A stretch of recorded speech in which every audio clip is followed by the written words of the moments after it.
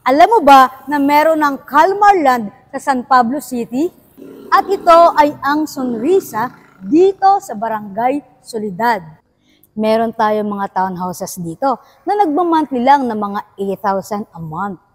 Isa lamang ito sa sample ng aming available na house and lot dito sa Sonrisa at ito ay ang Model Lyra. Ganito ang sample ng Lyra Premium or Complete Finish Type Unit. Bale, ang floor area ay maisukat na 48 square meter. Ito naman ang kanyang toilet and bathroom. Nakatalis na rin yan, pati na din ang countertop na nakagranite tiles na rin. Malapad ang mga bintana nito.